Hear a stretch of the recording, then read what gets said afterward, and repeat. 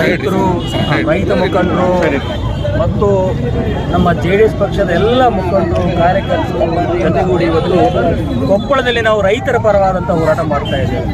ನಮಗೆ ಗೊತ್ತಿದೆ, ಈಗಾಗಲೇ ಬರಗಾಲದ ಛಾಯೆ ಆವರಿಸಿದೆ. ನೋಡಿ, ಈ ಒಂದು ಭ್ರಷ್ಟ ಸರ್ಕಾರ, ಕಾಂಗ್ರೆಸ್ ಸರ್ಕಾರ, ದಪ್ಪ ಚರ್ಮದ ಸರ್ಕಾರ, ಹವಾಮಾನದ ಮುನ್ಸೂಚನೆ ಇತ್ತು. ಮೇದಲ್ಲೇ ಹವಾಮಾನ ಇಲಾಖೆ ಮುನ್ಸೂಚನೆ ಕೊಟ್ಟಿತ್ತು. ಈ ವರ್ಷ ಮುಂಗಾರು ದುರ್ಬಲವಾಗಿದೆ, ಮುಂಗಾರು ಮಳೆ ಬರಲಿಕ್ಕಿಲ್ಲ ಅಂತ ಮುನ್ಸೂಚನೆ ಕೊಟ್ಟಿತ್ತು. ಆದರೂ ಕೂಡ ಅದನ್ನು ಯಾವುದನ್ನು ಕೂಡ ಲೆಕ್ಕಕ್ಕೆ ತೆಗೆದುಕೊಳ್ಳದೆ ಇವತ್ತು ರೈತ ಕಂಗಾಲಾಗಿದ್ದಾನೆ. ಇವತ್ತು 3% ಬಿತ್ತನೆ ಆಗಿಲ್ಲ, ಕೇವಲ 1% ಮಾತ್ರ ಬಿತ್ತನೆ ಆಗಿದೆ. ಅದರಲ್ಲಿ ಕೂಡ 1% ಬಿತ್ತನೆ ಆಗಿದ್ರು ಕೂಡ 70% ಇವತ್ತು ಮಳೆ ಪೂರ್ತಿ ಸಂಪೂರ್ಣವಾಗಿ ಹಾನಿಯಾಗಿದೆ. ಇವತ್ತಿಗೆ ಕೂಡ ಸರ್ಕಾರ ಇಡೀ ರಾಜ್ಯದಲ್ಲಿ ಎಲ್ಲಿ ಕೂಡ ಒಂದು ತಾಲೂಕಲ್ಲಿ ಕೂಡ ಬರ ಘೋಷಣೆ ಮಾಡಿಲ್ಲ. ವಿಶೇಷವಾಗಿ ಇನ್ನೂ ಒಂದು ಮುಖ್ಯ ಹೇಳಬೇಕಂದ್ರೆ, ನಮ್ಮ ಕೊಪ್ಪಳ ಶಾಸಕರು ಸುಮಾರು 1.5 ತಿಂಗಳಿಂದ ದೆಹಲಿಯಲ್ಲಿ ಬಿಟ್ಟುಬಿಟ್ಟಿದ್ದಾರೆ.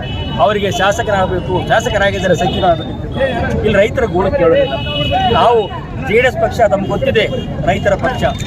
ನಮ್ಮ ಕುಮಾರಣ್ಣವರು ಇದೆಲ್ಲ ಮುನ್ಸೂಚನೆ ಹತ್ಕೊಂಡು 1 ತಿಂಗಳ ಮುಂಚೆನೆ ಈಗಾಗಲೇ ಎಲ್ಲ ನಮ್ಮ ಪಕ್ಷದ ಶಾಸಕರು, ಸಂಸದರು, ಮಾಜಿ ಶಾಸಕರಿಗೆ ಇಡೀ ರಾಜ್ಯವನ್ನು ಸುತ್ತಿ ನೀವು ರೈತರ ಹತ್ರ ಹೋಗಿ ರೈತರ ಕಷ್ಟವನ್ನು ಅರ್ಥ ಮಾಡ್ಕೊಳ್ಳಿ, ನೀವು ಎಲ್ಲ ರೈತರ ಜೊತೆಗೆ ನೀವು ಅಲ್ಲಿ ಇರಲೇಬೇಕಂತ ತಿಳ್ಕೊಂಡು ಮುನ್ಸೂಚನೆ ಈಗಾಗಲೇ ಸೂಚನೆ ಕೊಡೋಕ್ಕೋಸ್ಕರ ಈಗಾಗಲೇ ನಮ್ಮೆಲ್ಲ ರಾಜ್ಯ ನಾಯಕರು ಇಡೀ ರಾಜ್ಯಾದ್ಯಂತ ಇವತ್ತು ಪ್ರವಾಸ ಮಾಡ್ತಾ ಇದ್ದಾರೆ.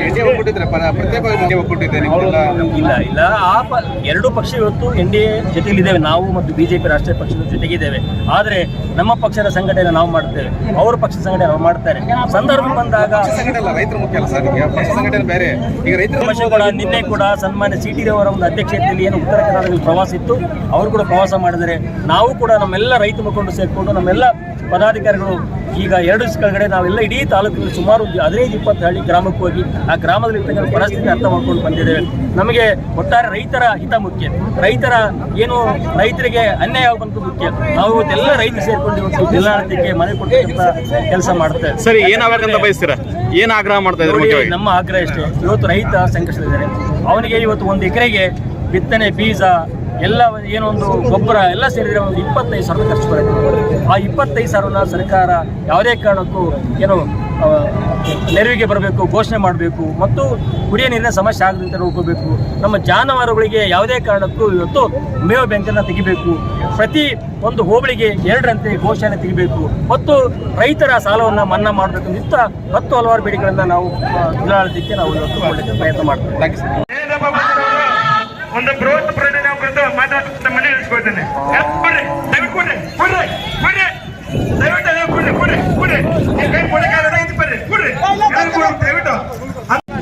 HD ಕುಮಾರಸ್ವಾಮಿ ಅವರ ನೇತೃತ್ವದಲ್ಲಿ ನಿಖಿಲ್ ಅಣ್ಣನವರ ಜವಾಬ್ದಾರಿ ಇರ್ತಕ್ಕಂಥ ಸ್ಥಾನದಲ್ಲಿ ಕಿತ್ತೂರು ಕರ್ನಾಟಕ, ಕಲ್ಯಾಣ ಕರ್ನಾಟಕ ಬರ ಮತ್ತು ನೆರೆಯ ಸಮೀಕ್ಷೆಯ ಒಂದು ಭಾಗವಾಗಿರ್ತಕ್ಕಂಥ CV ಚಂದ್ರಶೇಖರ್ ಅವರ ಇವರು ರಾಜ್ಯ ಕೋರ್ ಕಮಿಟಿಯ ಸದಸ್ಯರಾಗಿ ಇವತ್ತಿನ ಕೊಪ್ಪಳ ತಾಲೂಕಿನಾದ್ಯಂತ ಮೂಲೆ ಮೂಲೆಗೂ ಒಂದು ಹಳ್ಳಿ ಬಿಡದೆ, ಒಂದು ಭೂಮಿಯನ್ನು ಬಿಡದೆ ಅವರು ಇವತ್ತು ತಿರುಗಿ ಬರ ಮತ್ತು ನೆರೆ ಸಮೀಕ್ಷೆಯನ್ನ ಮಾಡಿದ್ದಾರೆ.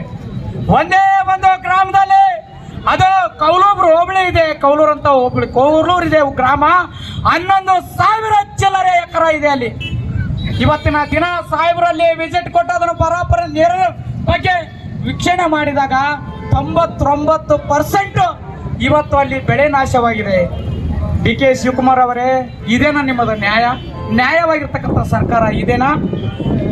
ಹೇಳ್ತಾರೆ ನಮ್ಮ DK ಶಿವಕುಮಾರ್, ಯಾರವರು ಅಲ್ಲಿ ಕುರ್ಚಿಯನ್ನ ಉತ್ತರಕ್ಕೆ ಹಾಕ್ರಪ್ಪ, ಉತ್ತರಕ್ಕೆ. ಸ್ವಾಮಿ ಮುಖ್ಯಮಂತ್ರಿಗಳೇ, ಬನ್ರಿ, ವಾಸ್ತವವಾಗಿ ರೈತರ ಕಷ್ಟಗಳನ್ನ ಕೇಳ್ರಿ, ಬರ್ರಿ, ಫೀಲ್ಡ್ಗಳಿರಿ, ಪ್ರತಿಯೊಂದು ಹೊಲಕ್ಕೆ ವಿಸಿಟ್ ಕೊಡ್ರಿ. ಇವತ್ತಿನ ದಿನ ಅನ್ನ ಹಾಕುವಂತ ರೈತ, ನಮ್ಮ ಅಣ್ಣ, ನನ್ನ ತಾಯಿ, ನನ್ನ ಹೃದಯ ಆತ್ಮಹತ್ಯೆ ಮಾಡ್ಕೊಳ್ತಿದ್ದಾನೆ. ಇವತ್ತು ಆತ್ಮಹತ್ಯೆ ಭಾರತಾದ್ಯಂತ ಈ ದೇಶದಲ್ಲಿ 1,34,094 ರೈತರು ಇವತ್ತು ಆತ್ಮಹತ್ಯೆ ಮಾಡ್ಕೊಂಡಿದ್ದಾರೆ. 2017ರಿಂದ 2026ರವರೆಗೆ ಕರ್ನಾಟಕದಲ್ಲಿ 2025 2026 ನಡುವೆ 137 ಜನ ಇವತ್ತು ಆತ್ಮಹತ್ಯೆ ಮಾಡ್ಕೊಂಡಿರ್ತಕ್ಕಂಥದ್ದು. ಹಾಗಾದ್ರೆ ನಿಮ್ಮ ಸರ್ಕಾರದ ನೈತಿಕತೆಯ ಹೊಣೆ ಏನು? ಇಲ್ಲಿರ್ತಕ್ಕಂಥವ್ರು ಯಾರು ಕೂಡ ರೈತರ ಕಷ್ಟವನ್ನು ಅರ್ಥ ಮಾಡಿಕೊಳ್ಳ ಕಾಂಗ್ರೆಸ್ ಸರ್ಕಾರಕ್ಕೆ, ರೈತರ ಕಷ್ಟವನ್ನು ಅರ್ಥ ಮಾಡಿಕೊಳ್ಳದ ಕಾಂಗ್ರೆಸ್ ಸರ್ಕಾರಕ್ಕೆ, ಮೋಜು ಮಸ್ತಿಯಲ್ಲಿ ಕಾಲ ಮಾಡ್ತಿರುವ ಕಾಂಗ್ರೆಸ್ ಸರ್ಕಾರಕ್ಕೆ. ನಿರಂತರ ಸುದ್ದಿ ಹಾಗೂ ಮಾಹಿತಿಗಾಗಿ ನಮ್ಮ ಚಾನಲ್ ಲೈಕ್ ಮಾಡಿ ಮತ್ತು ಸಬ್ಸ್ಕ್ರೈಬ್ ಮಾಡಿ.